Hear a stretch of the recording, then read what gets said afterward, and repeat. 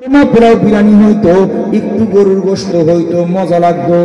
যদিও মনে চায় গরুর গোশত খাওয়ার জন্য, অর্থ সম্পদ আছে, গরুর গোশত খাওয়ার মতো টাকাও আছে, কিন্তু জেলারের আইন নাই। অর্থ সম্পদ থাকলেও খাওয়া যায় না। মন চায় চার দেয়ালের মধ্যে আর থাকতে মন চায় না, এই বন্দিশালা বাহিরে যাইয়া উন্মুক্ত বাতাসের মধ্যে ঘুরতে মন চায়, বন্ধু বান্ধবের লইয়া একটু গল্প করতে মন চায়। মন যদিও চায়, জেলারের আইন নাই, যাওয়া যায়। আস্তে করে বলেন ছেড়ে দিন, যাওয়া যায়।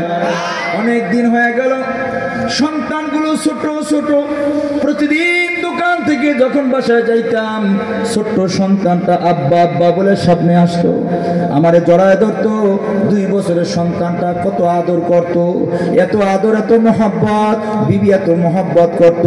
ছেলে মেয়েগুলো আব্বু আব্বু বলে চতুর্দিকে জড়ায় আমার বসে যাইতো। অনেকদিন হয়ে গেল, সন্তানগুলোর আদর করা যায় না, আদর করতে মন চায়। জেলারের আইন নাই, মন চাইলেও আদর করা যায় না।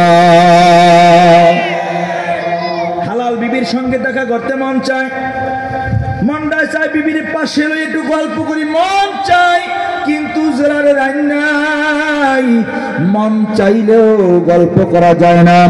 জেলখানার 3 গুণ: 1 নম্বর যেখানে কেউ যাইতে চায় না, 2 নম্বর গেলে আর কেউ থাকতে চায় না, 3 নম্বর গুণ যে কয়দিন যতদিন জেলখানার মধ্যে থাকবে, ইচ্ছা অনুযায়ী মন গড়া কাজ করা যায় না। নবী বলেন, মুমিনের জন্য দুনিয়াটা জেলখানা। বলেন, মুমিনের জন্য দুনিয়া কি? তার মানে মুমিন এই দুনিয়াতে আপনি আমি কেউ আসতে চাই না। আমাদেরকে পাঠাইছেন কি? আরো জোরে কন। আল্লাহ আপনাকে আমাকে দুনিয়ায় পাঠাইলেন কেন? ইবাদতের জন্য, ইবাদত করার জন্য। কেউ আসতে চাই নাই, জোর করে কেউ আসতে চাই না, আসতে পারি নাই, আবার জোর করে চাইলেও কেউ যাইতে পারবো না। হায়াত যতদিন আছে ততদিন দুনিয়া নামক বাজারে থাকবো। হায়াত ফুরায় গেলে আবার মালিকের ডাকে সাড়া দিয়া চলে যাবো। হে আল্লাহ পাকের বান্দারা, কেউ এখানে জোর করে আসতে চাই নাই, আসতে পারি নাই। মুমিনের সিফত হলো, মুমিন যতদিন দুনিয়া নামক বাজারে থাকবো ততদিন মুমিন তার রেখে দুনিয়া হবে, দুনিয়ার মহব্বত দিলে ঢুকাবে না। জেলখানার মধ্যে কেউ যাইতে চায় না, গেলে থাকতে।